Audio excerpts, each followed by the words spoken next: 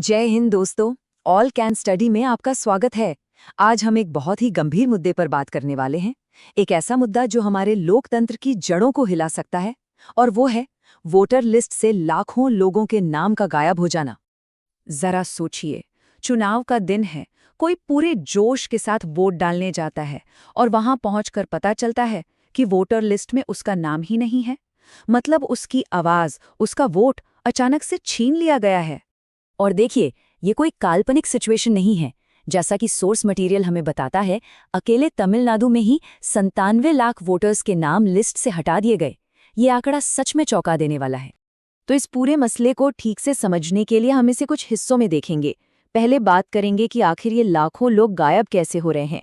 फिर जानेंगे कि ये संकट असल में कितना बड़ा है, आम आदमी की जिंदगी पर इसका क्या असर पड़ रहा है, ये हमारी संस्थाओं पर क्या सवाल खड़े करता है, और सबसे ज़रूरी, हमारे लोकतंत्र के भविष्य के लिए इसके क्या मायने हैं।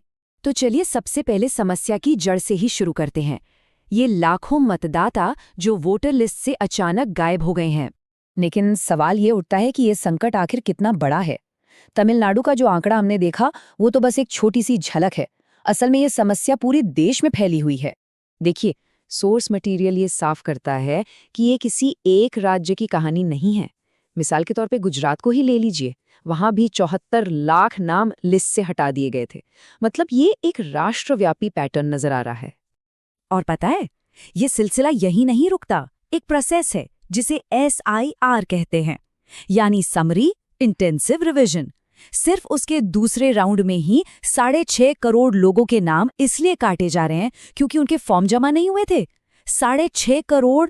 लेकिन रुकिए, बात यहीं खत्म नहीं होती। इन 6.5 करोड़ के अलावा 6 करोड़ और लोग हैं जिनका वोटर स्टेटस क्लियर नहीं है।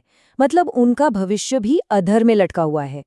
कुल मिलाकर ये एक इतनी बड़ी संख्या है जो हमारे लोकतंत्र के लिए एक बहुत बड़ा खतरा है। और ये सिर्फ नंबर नहीं है, हर एक नंबर के पीछे एक इंसान है, एक कहानी है। तो चलिए अब ये देखते हैं कि इसका आम आदमी पर क्या असर पड़ रहा है, क्योंकि ये मामला सिर्फ वोट देने से कहीं ज्यादा बड़ा है। सोर्स में अंजलि भारद्वाज जैसे एक्सपर्ट्स ये बताते हैं कि वोटर लिस्ट से नाम हटने का मतलब सिर्फ वोटिंग का अधिकार खोना नहीं होता।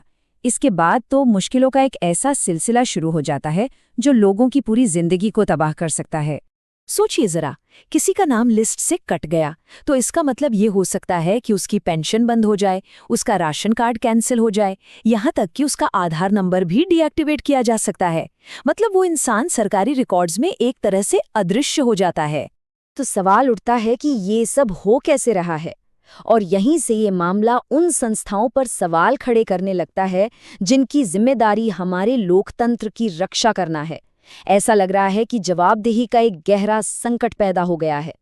चाहे वो इलेक्शन कमीशन हो या सुप्रीम कोर्ट, मीडिया हो या फिर विपक्षी दल, सोर्स में वक्ता हर किसी की भूमिका पर गंभीर सवाल उठा रहे हैं।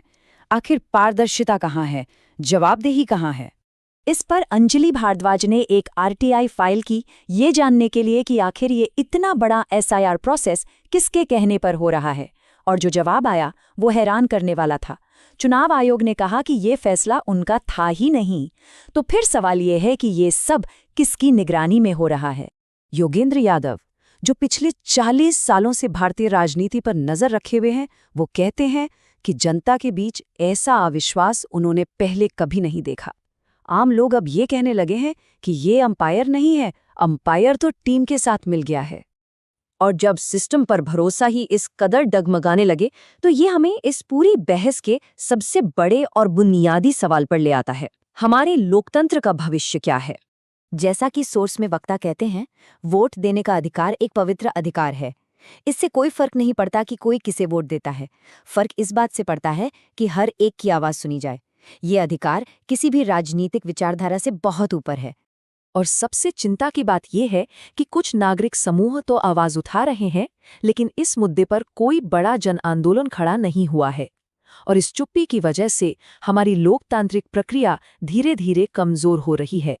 तो अंत में हम इसी सवाल पर आकर रुक जाते हैं। जब 10 करोड़ से ज्यादा लोगों के वोटिंग का अधिकार दांव पर लगा हो, तो इसका एक लोकतंत्र की सेहत के लिए क्या मतलब है?